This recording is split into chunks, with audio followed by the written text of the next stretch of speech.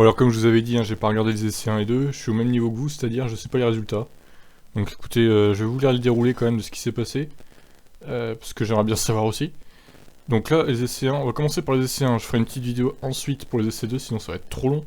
Je vais vous mettre les photos quand même, pour vous emmener dans la lecture.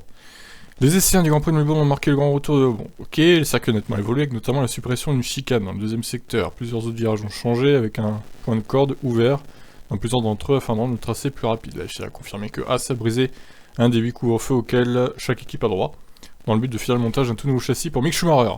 On remercie pas Mick pour Haas. Les fans étaient nombreux pour assister à ce retour de la F1. Les pilotes ont vite pris la piste pour rouler sur le tout nouvel asphalte, puisque la piste a entièrement été resurfacée et manquait d'adhérence en ce premier jour de test. Plusieurs incidents ont été notés en piste, Hamilton ayant gêné Stroll.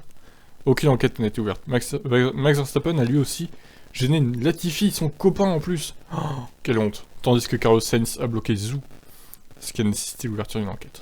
Ah, bon. Alors pour Verstappen et Hamilton on fait rien, mais par contre Sainz qui bloque Zhou on fait ok, pourquoi pas. Verstappen a vite pris le meilleur temps de la séance en 1,29 en pneu tendre devant Sainz en gomme dure. Norris s'est vite placé 3ème au médium, tandis que Charles Leclerc était 4ème en dur. Un drapeau rouge a été brandi après 20 minutes de séance, à la suite d'une perte de morceaux, d'un morceau d'aileron pour une Red Bull. Ok. Le débris était en pleine trajectoire. À la sortie du dernier virage, la direction de course n'a pris aucun risque. Après la relance, Russell s'est lui aussi fait une frayeur avec une Red Bull au ralenti sur la trajectoire dans la partie très rapide du circuit au bord du lac. Oui, alors j'ai vu qu'il a mis fucking Red Bull à son partout, j'ai vu, je sais pas quoi là, j'ai vu ça sur WTF1.com, le site anglais là. Leclerc a ensuite pris le meilleur temps en 1,28 en gomme tendre, la bataille devrait à nouveau faire rage entre Ferrari et Red Bull.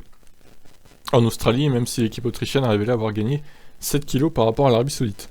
Valtteri Bottas a pris le 3ème temps en gomme tendre avec son Alfa Romeo, battu immédiatement par Hamilton, lui aussi en gomme tendre.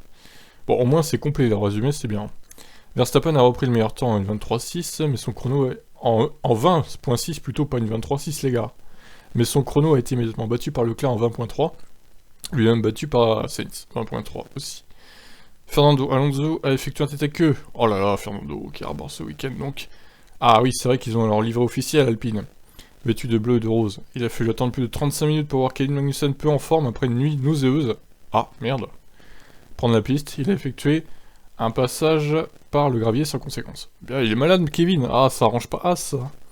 Norris et Ocon se sont positionnés 4ème et 5ème entre Verstappen et Hamilton, et Ricciardo a devancé Bottas. Leclerc a fait une erreur au premier virage, mais on a été quitte pour une glissade dans les graviers. Après un début de séance marqué par du marsouinage et un manque d'équilibre au freinage, Sainz continue de progresser avec un temps de 1,19,8. Ah ça, ils sont partis en dessous des 1,20 déjà. Ça va descendre fort, hein. Je le sens. Vettel, qui revenait après 2 courses manquées à cause du Covid, et arbore ce week-end son casque aux couleurs de l'Ukraine, a été contraint d'arrêter son Aston Martin MR22 en bord de piste à cause d'un problème moteur, entraînant le drapeau rouge. Il est resté 10 minutes de séance lorsque le drapeau vert de nouveau était agité devant les pilotes. Perez s'est placé 3ème, derrière les 2 pilotes Ferrari et le quatuor de tête, dans une petite seconde. Alonso est remonté au 9ème rang. Russell a de nouveau été gêné par une Red Bull. Ah oui, c'est donc là qu'il a commencé à insulter les Red Bull, je pense, et se plaignait que ça a été... Ah ouais, voilà, c'est ça. Ça a été le cas à plusieurs reprises. Leclerc a de nouveau fait une sortie de piste en pneu dur dans son dernier tour. Sainz et Leclerc ont conservé les 2 meilleurs temps devant Perez et Verstappen. Bon, voyons le classement. Maintenant, on a fini de lire le résumé. Alors, ok, les 2 Ferrari. Putain, Sainz, il a mis 5 dixièmes quand même à Leclerc.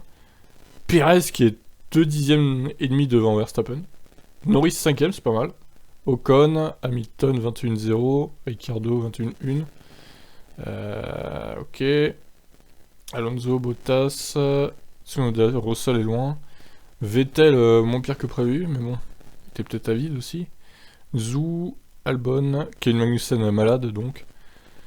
Latifi et Mick Schumacher à 24-3. Ok, bon bah écoutez, on va voir la séance 2, hein, du coup je vais faire même type de news. Déjà je mets celle-là en ligne, et après dans une demi-heure je mets l'autre. Allez, à tout de suite.